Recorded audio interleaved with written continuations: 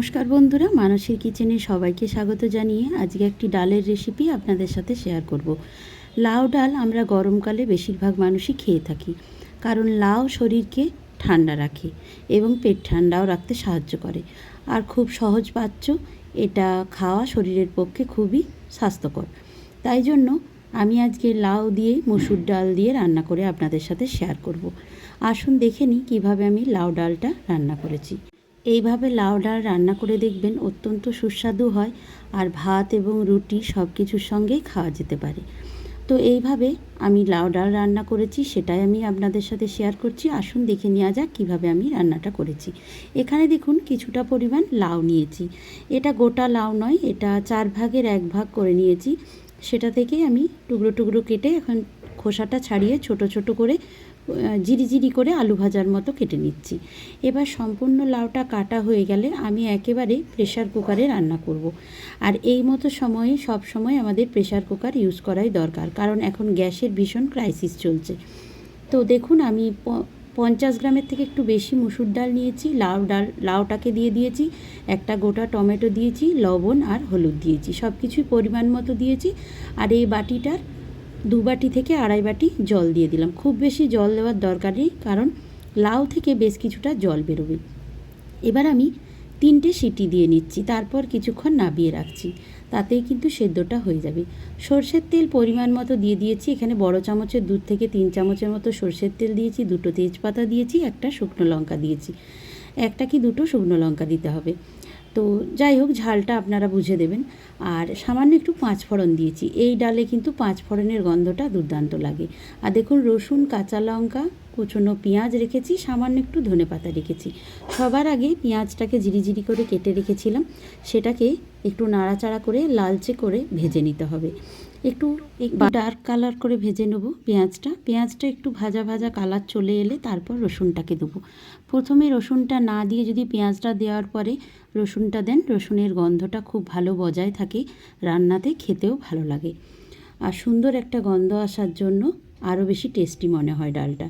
তো যাই হোক, ডালটা দেখুন সম্পূর্ণ সেদ্ধ হয়ে গেছে। আমি ঢাকা খুলে দেখাচ্ছি, আপনাদের একটু হাতা দিয়ে দেখিয়ে দিচ্ছি। দেখুন, এইভাবে খুব বেশি গলেও ঘেঁটে যায়নি আর ঠিকঠাক মতো সেদ্ধ হয়ে গেছে। এদিকে পেঁয়াজ রসুন ভালোভাবে ভাজা ভাজা হয়ে গেছে, একটা ডার্ক কালার চলে এসেছে, দেখুন দেখলেই বোঝা যাচ্ছে। এইভাবে ভাজলে ডালের সুন্দর একটা গন্ধ পাওয়া যায়। এবার সম্পূর্ণ ডালটাকে আমি দিয়ে দিলাম। ডালটা দিয়ে একটু জল দিয়ে দেবো।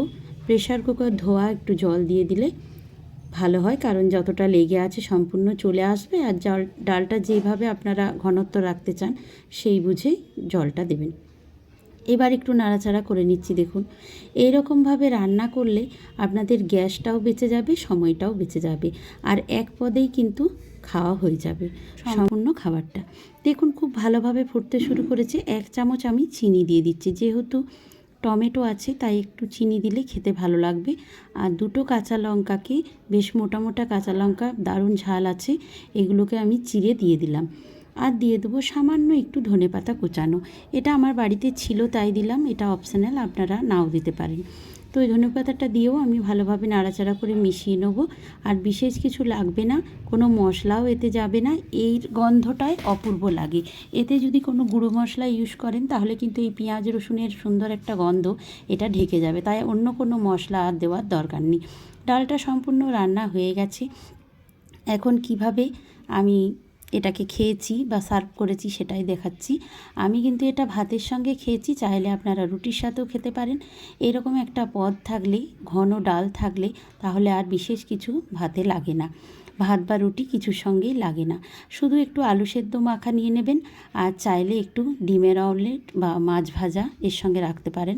আমি একটু মাছের ঝাল নিয়েছিলাম, তবে আপনারা চাইলে ডিমের অমলেট করেও খেতে পারেন বা মাছ ভাজার সঙ্গেও খেতে পারেন।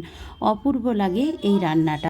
বিশেষ কিছু পদ না করে যদি এই রকমভাবে রান্না করে আপনারা খান, তাহলে কিন্তু সকলেই হাসি মুখে খেয়ে নেবে, কোনো রকম সমস্যাই হবে না কারুর খাওয়ার সময়তে। কারণ এই ডালটা অপূর্ব লাগে, ভীষণ টেস্টি হয় খেতে। আপনারা ভাত রুটি দুটোর সঙ্গেই খেতে পারবেন। আর আপনারাও একবার এই রকম অবস্থাতে গ্যাসের ক্রাইসিসের দিনে ট্রাই করে এইভাবেই রান্নাগুলো করতে পারেন, যেটা এমন একটা পদ করবেন যাতে সব কিছুই খাওয়া হয়ে যাবে, তাহলে বিশেষ কোনো সমস্যা হবে না।